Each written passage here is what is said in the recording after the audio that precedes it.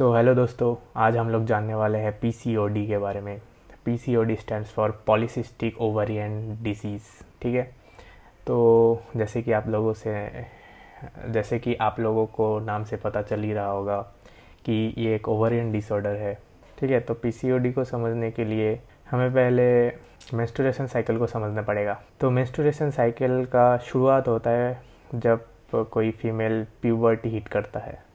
तो फीमेल का basic as होता है प्यूबर्टी हिट करने का अप्रॉक्स 10 to 12 ईयर्स। ठीक है, उस टाइम होता यह है कि उसके दिमाग में हाइपोथैलेमस नाम का एक ग्लैंड मौजूद रहता है, जिससे GnRH नाम का एक हार्मोन प्रोड्यूस होता है। GnRH का फुल फॉर्म है गोनाडोट्रोफिक रिलीजिंग हार्मोन। तो ये GnRH जाके एंटीरियर पिट्यूटरी ग्लैंड को एक्साइट करता है एंड एंटीरियर पिट्यूटरी दो हार्मोन रिलीज करते हैं, जो कि है FSH and LH, follicle stimulating hormone and luteinizing hormone. ये FSH एंड LH नाम से ही पता चल रहा होगा, फॉलिकल स्टिमुलेटिंग हार्मोन। फॉलिकल्स मतलब सीधा सीधी कनेक्टेड है ये ओवरी से। ठीक है, ये फॉलिकल स्टिमुलेटिंग हार्मोन क्या करता है, ओवरी में जाके ओवरी के अंदर जो ओवम्स होते हैं फॉलिकल के रूप में मौजूद होते हैं, तो उसको जाके एक्साइट करता है एंड देन फैलोपियन ट्यूब के थ्रू यूटेरस में आते हैं। After releasing of ovum luteinising hormone secrets and then ये ल्यूटिनाइजिंग हार्मोन ओवरी को यूटेरस के एंडोमेट्रियम लेयर पे होल्ड करता है and then after non fertilisation ये वेजाइना के रूट से निकल जाता है। अब पीसीओडी में होता क्या है कि ये ल्यूटिनाइजिंग हार्मोन का सिक्रेशन हद से ज्यादा बढ़ जाता है और ये हार्मोन रिलीज होने की वजह से यूटेरस के वॉल में जो एंडोमेट्रियम लेयर है वो ज्यादा ही थिक हो जाता है above the normal stage. Blood supply तो फिक्स ही रहती है, लेकिन यूटेरस का लेयर जब ज्यादा ही थिक हो जाएगा तो धीरे धीरे यूटेरस स्क्वीज होना स्टार्ट होता है एंड यूटेरस के जो एंडोमेट्रियम लेयर है वो धीरे धीरे डेथ होना स्टार्ट होता है। तो इसलिए उस फीमेल को लगता है कि उसका पीरियड्स आ गया है, लेकिन उस पीरियड्स में ओवम का कोई प्रेजेंस नहीं देखा जा सकता, क्योंकि ओवम रिलीज होने से पहले ही यहाँ पे ल्यूटिनाइजिंग हार्मोन ने एंडोमेट्रियम लेयर को थिक कर दिया था, जिसकी वजह से ओवम का प्रेजेंस यहाँ पे नहीं होता है। तो ये साइकिल धीरे धीरे चलता है अप्रॉक्स 40 डेज के अराउंड। हाँ, इसके सिम्टम्स क्या है? सिम्टम्स बेसिकली वेट गेन हो जाता है, अनकंट्रोल्ड मेंस्ट्रुएशन चलते हैं, बहुत ज़्यादा क्रैम्प होता है, हद से ज़्यादा दर्द होता है और इंसुलिन रेजिस्टेंट बॉडी हो जाता है, जिसकी वजह से ब्लड में शुगर की क्वांटिटी बढ़ जाती है। इसको डायग्नोस करने के लिए सोनोग्राफी किया जाता है, तो जिसमें कभी कभी ओवरी के अंदर बाल, नाखून, दांत ये पाए जाते हैं।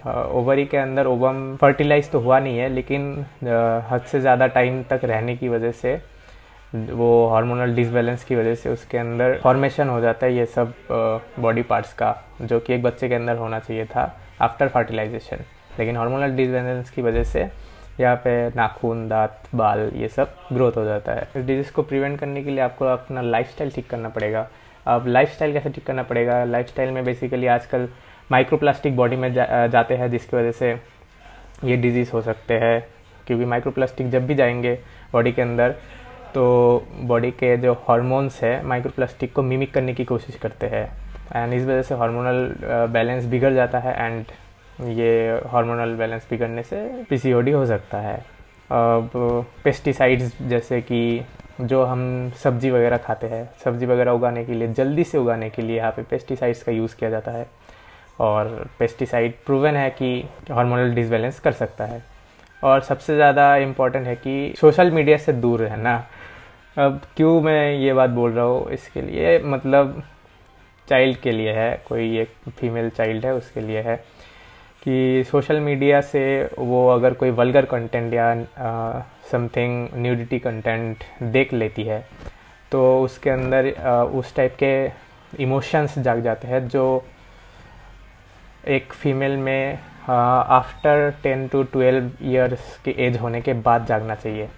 लेकिन अगर वो उस ड्यूरेशन से पहले कुछ ऐसा देख लेती है थ्रू सोशल मीडिया और थ्रू लाइव, कहीं पे भी कैसे भी देख लेती है, तो उसके अंदर इमोशंस, ये वाले इमोशन जाग जाते हैं, जिसकी वजह से हार्मोनल डिसबैलेंस हो जाते हैं।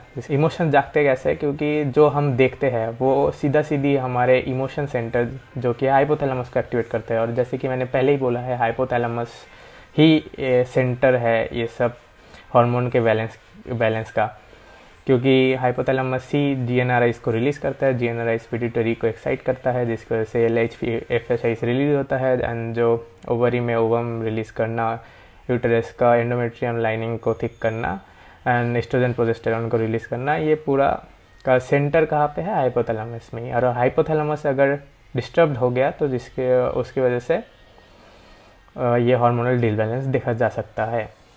और इसके लिए मेडिकेशंस तो बेसिकली ल्यूटिनाइजिंग हार्मोन रिड्यूसर दिए जाते हैं, जो कि एंटागोनिस्ट ऑफ LH दिए जाते हैं। और सबसे ज़्यादा है कि अगर आप हेल्दी लाइफस्टाइल जियोगे तो ये सब कुछ होगा ही नहीं। तो हेल्दी रहिए, हेल्दी लाइफस्टाइल जिए। Thank you.